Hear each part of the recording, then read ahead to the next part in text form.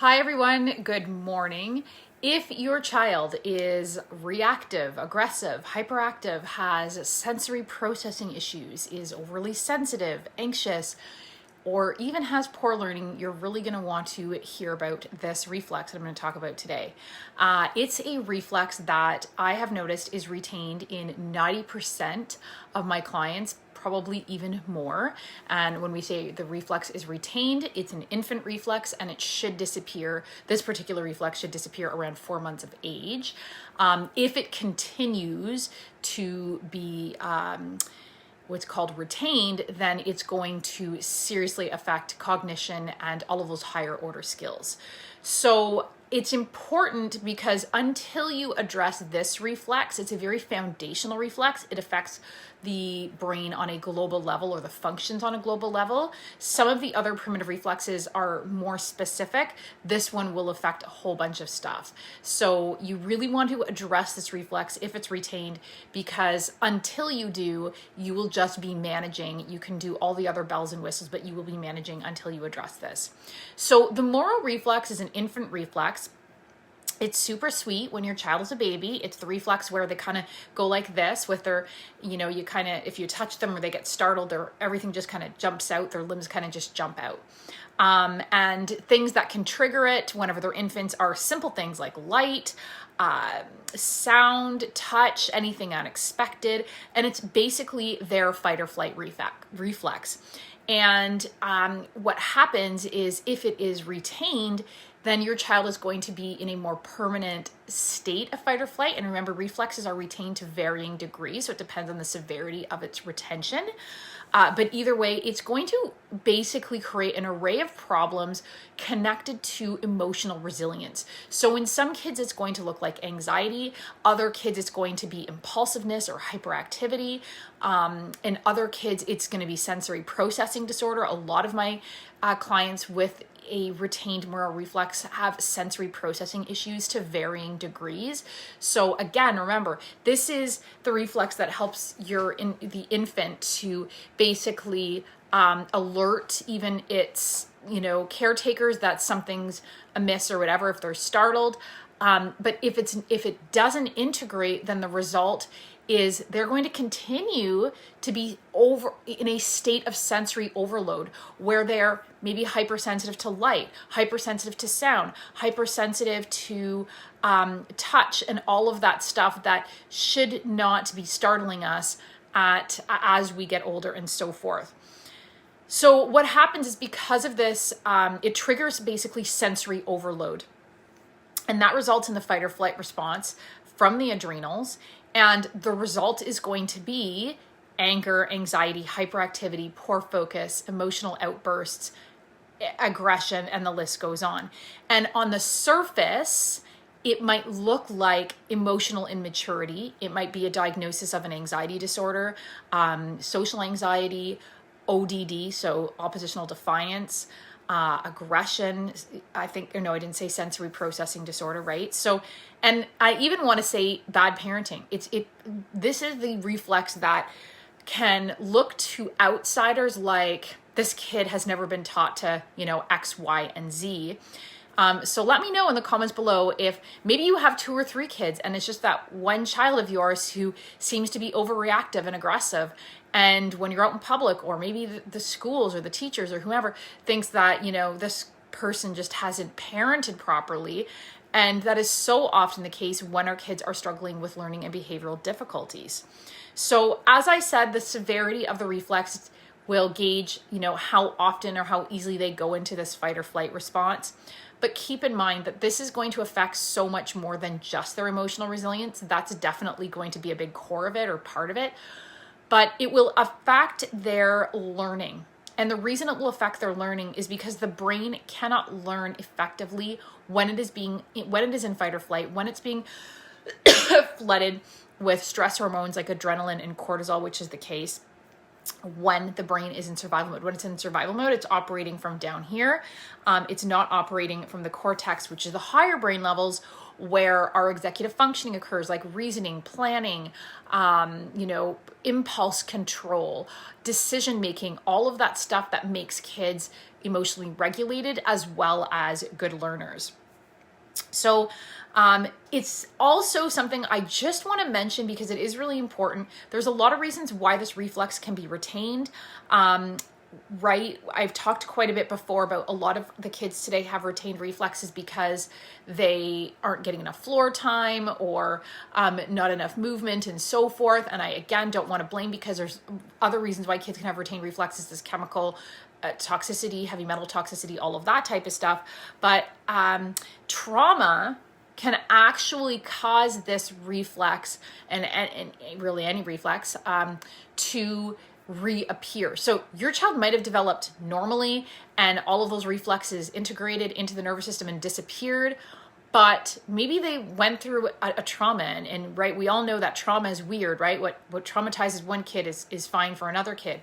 So a trauma can cause the reflex to resurface, and this is again going to affect their emotional resilience. So if you know your kid here's an example. I had a client, her child, she knew had gone through a trauma. It was a really nasty divorce. There was abuse and so forth that had taken place earlier in the marriage. And she knew that her child had gone through trauma. We don't know if the Moro reflex in her child was always retained or if it became retained or resurfaced as a result. But either way, it was on. And what we wanted to do was work on integrating it so that would calm down the fight or flight response and get her child into a better spot to be able to better emotionally regulate and learn and so forth.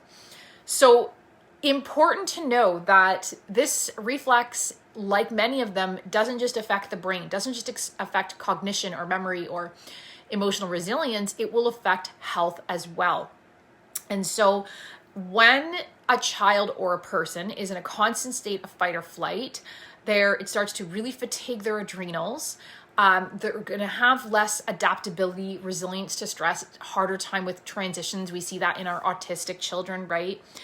But it's going to also result, as the body just becomes more depleted and unable to cope, these are the kids who are more likely to have seasonal allergies, food sensitivities or food allergies, asthma, eczema, autoimmune conditions, even stuff like PANS and PANDAS. So it will affect their physical health. They will have digestive issues because that's very much connected to the fight or flight response. So if your child is struggling with a few of these physical issues or health issues, then this is definitely something you want to dig into. Let me know in the comments below in the replay or the live. Does any of this sound like your child? Does any of this resonate or make you go, oh my goodness, this is like a textbook picture of my child?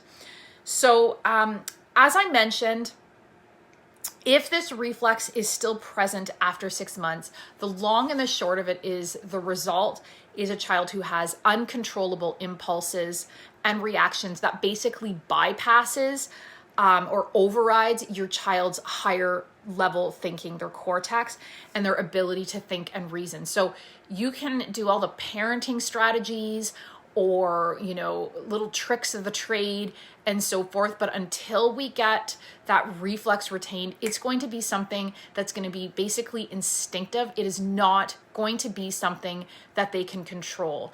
And so the big piece of the puzzle is getting that reflex integrated. So big thing to look for is there hypersensitivity in different ways, either anxiety, ODD, whatever the case may be, or overreactivity. So it could be aggression or blowing things out of proportion, like which we so often see with anxiety. So when the Moro reflex is retained, to kind of put this in really simple and to break it down, it will affect, number one, emotional resilience, and that can present as things like ODD and anxiety disorder. It will affect sensory processing. This can lead to diagnosis like sensory processing disorder, autism spectrum disorder, and it will affect the vestibular, the visual, and the oculomotor function. So this is tied to reading. So it will not only affect things or can result in diagnosis like ADHD, dyslexia, autism spectrum as well as learning disability. So you really want to address it because it's like I said, one of the reflexes that is retained in 95% of my clients. So at this point, you might be wondering, what are some of the signs of a retained Moro reflex? I'm going to kind of run through a list. I would love for you to just comment below in the live or the replay which ones you're seeing, which ones you're noticing, if this sounds like it applies to your child. So poor emotional regulation, I've mentioned that one. Poor balance and coordination, so that one is affected as well by the Moro reflex. Shy, anxious, hyper aware, aggressive, overreactive. I mentioned sensory processing disorder. So sometimes that can be hypersensitive to sound, texture, light, and sometimes it might be that they're sensory seeking. And it's important to know that distinction. So they might actually be constantly touching stuff, or they don't know their own force, or they're too rough with the other kids. We see this a lot with our ODD kids, where they're too rough or they don't know their own strength. They might have, especially I see this in teenagers who have a retained Moro reflex, depression, mood swings or mood disorders. They might even be prone to motion sickness. And again, I mentioned dyslexia and all of that type of stuff. Other things is tense muscle tone. That fight or flight will just really start to affect their muscle tone. And in adults, yes, adults can have a retained Moro as well. It could have been a lifelong thing. They might be the ones with chronic, neck and shoulder pain or back pain or headaches, because they're just in this constant tense state. And after years of being in that state, it's going to really start to affect the system. And I actually had a client we were working with her daughter, but she was working on herself at the same time, which is the beauty of my programs. And she had been diagnosed with fibromyalgia, and her symptoms of fibromyalgia were so much better when she started integrating some of her reflexes, and not surprisingly, one of them was a retained Moro reflex. Other really interesting things or signs with this reflex is that it will affect or it will cause light sensitivity, but also difficulty with black print against white paper. So something that we often see, right, with our kids who have reading difficulties, visual processing disorder, and so forth. And it can even create challenges with eye movements, visual perception, Irlen syndrome, all that type of stuff. And I did mention difficulty with adaptability and transitions and so forth. So the good news is you can integrate this reflex in 6 weeks, or sorry, I shouldn't guarantee 6 weeks, but it can be integrated in 6 weeks. It can take longer. It totally depends on the child and the severity of the retention of the Moro reflex. So if you found this helpful, if you want to learn more, you're wondering, how do I know if this reflex is actually present?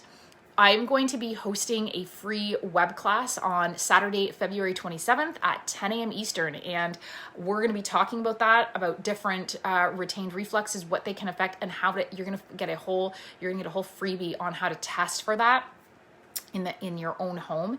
And basically in this web class, you're going to learn the 3 simple secrets that I use with my clients in my program to truly address the root cause of learning and behavioral difficulties, so that we can get past the tutoring, the meds, the IEP the limitations of IEPs, meds, tutoring, all of that type of stuff.